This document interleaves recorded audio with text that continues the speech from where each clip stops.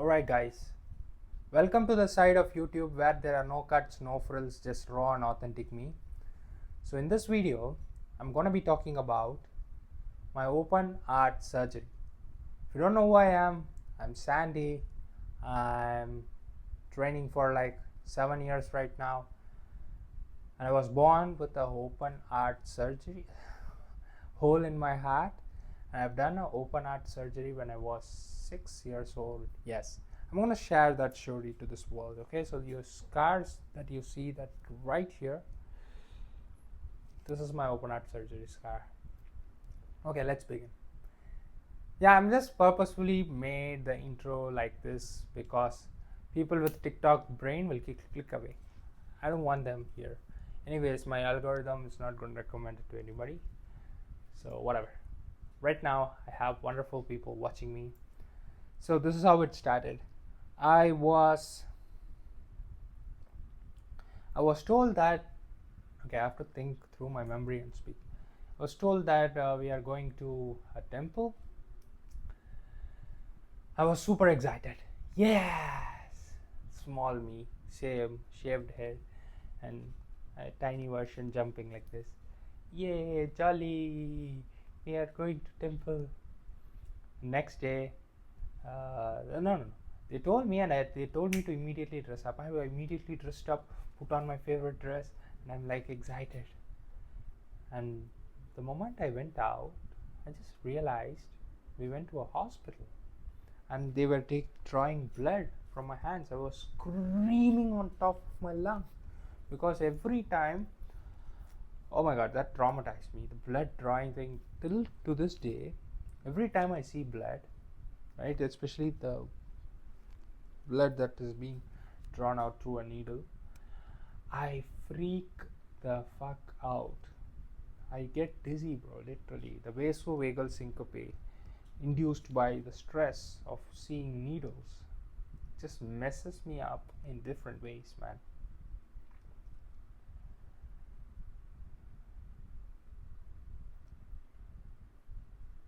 Okay, so yeah, so that was the beginning of it. That is because of how many times that my blood was drawn and how much I was tortured with needles when I was small. Yeah.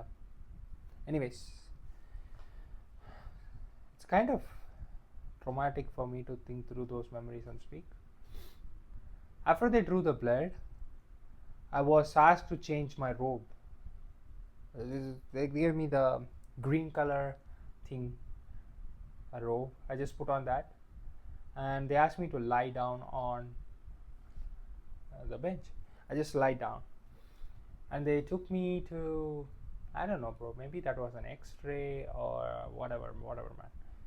Took me there, and they gave me something to drink.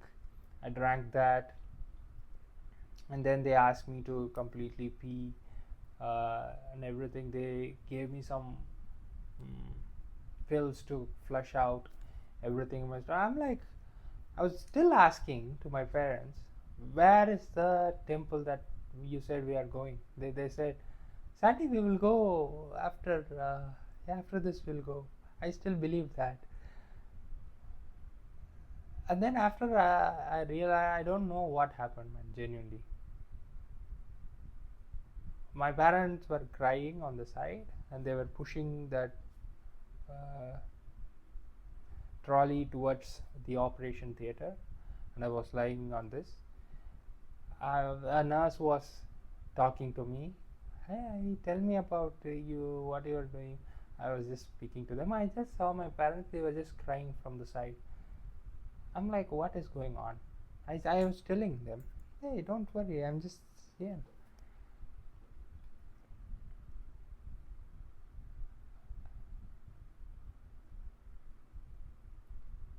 And then I remember a doctor just, um, I see lights, bro. I just lying down here.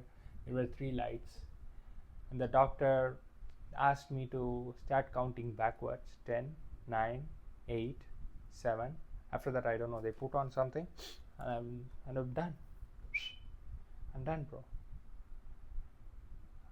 And I woke up 1.5 days after, 1.5, 8, 9, 12. I don't remember, man. I woke up, there was a fucking this long tube down my throat, right? I woke up, it was full dark room with monitors all around with sound meep, meep, beep. Opened my eyes. I still remember that vividly in my mind. I'm like, oh, it was there, I'm pulling it out. Then I was screaming, ah! Then a doctor came in, put on some. I was just asking, water, water, water. I'm thirsty. I need water. The doctor was like, yeah, we can't give you water. We can't give you water. Calm down, calm down. We're just pressing. And they put some anesthesia or something, and I just went to sleep again. And then I woke up. Again, I was thirsty. Then they're like, I can give you soup. They gave me soup. Drank that. I'm like, thirsty. I'm thirsty. I want to go to my parents. They told they will take me outside. Why are you not leaving me? Genuinely, like I was thinking they were the one who was trapping me, and my parents wanted to take me out. So basically, I was scheduled heart surgery that day, and there's a lot of scanning and everything was going on prior to this point. And my dad basically sold a land to get this surgery done. It was like 1.5 lakh Indian rupees. I don't know, that time it was super valuable. I'm talking like 20 years ago, bro. Super valuable money. So after the surgery, I was taken to the ward where there are other kids who got surgery were there. I remember like they used to come and ask me, what do you want to eat, Sandy? I'll tell them fish. I expect a nice fish, but they just boil the fish in water and they'll give it to me.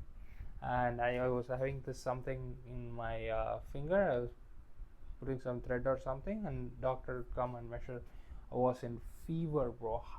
Super high fever. I was shaking, bro. Open heart surgery, man. Like they cut through this, cut on the sternum bone with a bone scissor, and they fucking opened it up and they did surgery and they stitched it back, man. They put it like, imagine healing from a little wound that you get in a.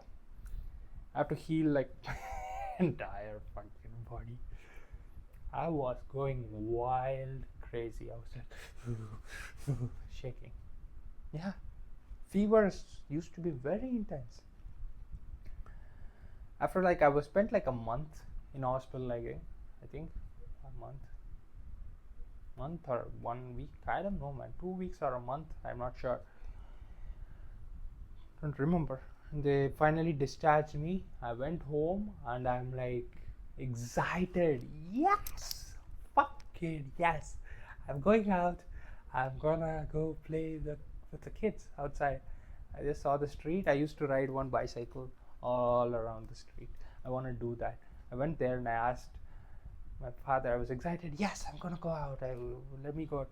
Father is like, shut the fuck up and sit. Shut up. I was like, my eyes were just dripping tears. That time was so traumatic to me, but he's right. I just came out of hospital and I don't have to. What if I fall down and I got injured, right? Septic. Crazy. That time I went into depression. I'm like, okay, daddy. I did not talk to anybody. Just crying. I'm like, I'm either super excited on the top or I'm fucking depressed. No middle ground. Like, I don't blame myself. My life is extreme. Right? That's why my emotions are also extreme. There is no middle ground for me because when something hits me, life hits me hard. And when I'm happy, I want to be happy. Right? So, the people who have gone through the deepest sufferings have the brightest smiles. There is some quote like that.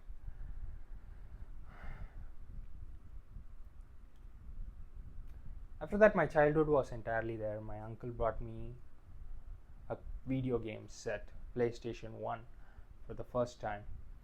I'm like excited. I was just playing that Monkey King. The game name was Monkey King. I used to play the Monkey King all the time. And basically, that's all, bro. My childhood was just like that. For 1 year, I was home. 6 months, I guess.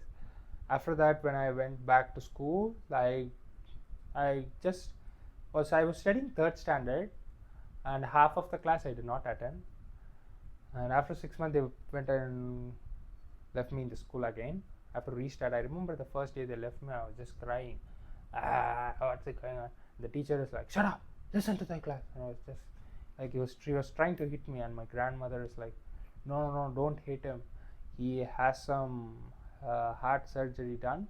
So you should not hit him. You should not do anything." They were just laying out conditions to the teacher. Teachers are pathetic. They beat children.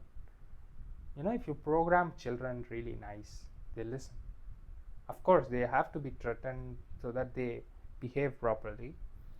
But beating, that just tells me that you are a fool and you can't handle kids if you lay hands on them. You have to tell them the way that they will understand. That's all.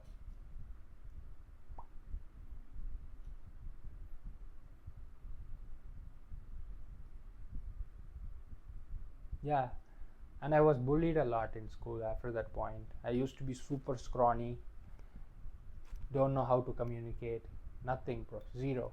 After that, that loop just carried on. Third standard, fourth standard, there was this abusive teacher in fourth standard.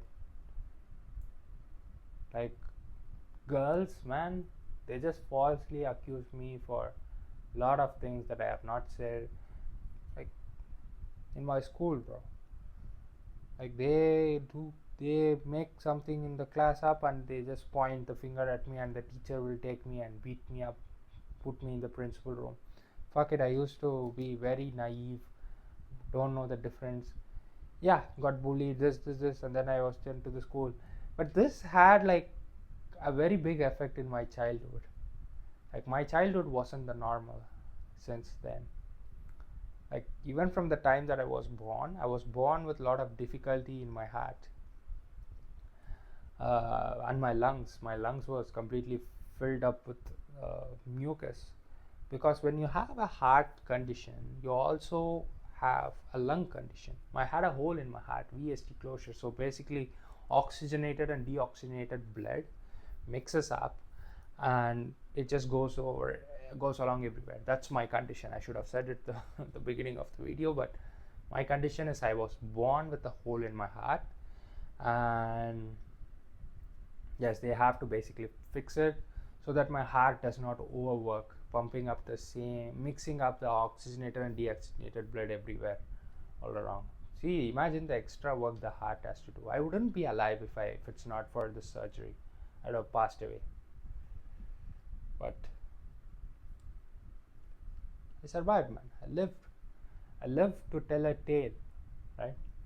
So this is, yeah, man, I remember, bro, from the time that I was born, I was going to hospital in and out. I wasn't healthy. And that's why, like, I even feel this surgery scar, like my chest being uneven, right? You see, here there is a big dent, and my chest won't grow like my biceps or my shoulder. I don't know, bro. I did everything. It just does not grow like that. Maybe this is all because of that surgery. I don't know. But fine, I'm trying to build it. I'm working out every day and trying to get it on shape. But yeah, bro, this is my surgery story. I just want to document it so that I know who the fuck I am, and I just want to share the story with some of you who have gone through a heart surgery. Also know what it is, and yeah, man, you can completely become strong and flip the script, no matter how weak you were. Because I'm the prime example. I was born weak. I was bullied. I couldn't even do anything. I will just faint. I remember if I stand in the prayer early in the morning, I faint. I have a long-term relationship with fainting. I turned all around and I became strong. So join, if you like my journey and if you would like to connect with me personally, join the Telegram channel that I have. I have a fitness community where I talk to people every weekend, okay? So you can click on the link below and join my Telegram community where we will get into one-on-one calls or like a group call. I do group calls every weekend. So hopefully I'll find you there, okay? That's it for the video. If I forgot something to share, I think I've shared everything. This part, yeah. And it, yeah. That's basically it, bro. And it also spoiled me a lot because people weren't as harsh as they should be to me, my family. So I used to have like a heightened sense of self and ego that has grown with me. I'm not gonna lie, I'm a spoiled brat. But that's one side, but I'm equally petty, bro. I got like Darf, man. I got fucked brutally by the time that I was born like this, right? Anyways, peace out.